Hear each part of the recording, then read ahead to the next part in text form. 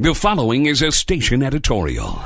This is Holland Redfield. May 2008 rest in peace. We certainly cannot call it a banner year. We can only describe it as bewilderment when it comes to the basic cost of living here in the territory, and it hurts. And it still is hurting as we are in 2009. We saw oil rise from $65 a barrel to more than $145 a barrel, and then back to $38 a barrel. What a roller coaster ride. And this all directly affected our WAPA rates, which moved erratically as the per barrel price of oil moved up and down like a yo-yo. Following these drastic trends, businesses were folding and residents were being forced to choose between turning off their electricity or buying food or medicine, both of which were spiked by the cost of energy. Although gasoline spiked to more than $4 per gallon, it is now thankfully back down to around $1.50 a gallon. And food prices for an average family have gone up 75%,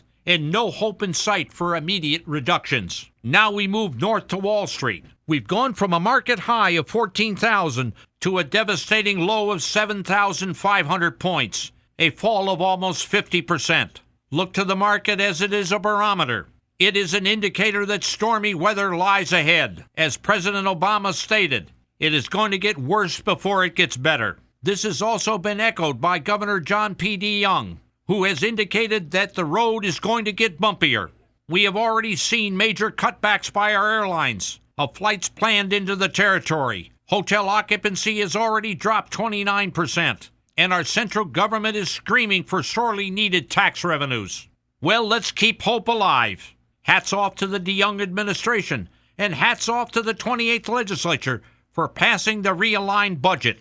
You could hear a collective sigh of relief throughout the territory that the administration and the legislature have come together and have started the arduous task of dealing with the unprecedented financial crisis here in the territory. They have taken care of the negotiated raises for government workers to pay the 3% increase in its contributions to the GERS. Monies to pay increased premiums for health insurance, contingency funds for our judgments against the government of the Virgin Islands, monies for payments to FEMA loans related to Hurricane Omar, and monies for various leases owed by the central government. In the backdrop of all these problems, we hope this relationship continues. This trust is going to have to be maintained. Openness and transparency must be continued, and the legislature, as a co-equal branch of government, has to maintain the posture of trust and verify. Clearly, we're going to have to stay ahead of the game. Hard times are going to be ahead of all of us, but we have it within our means to overcome these challenges. Each generation has had its own difficult challenges, and we are no exception. These are our challenges, and this is our time to rise to the moment.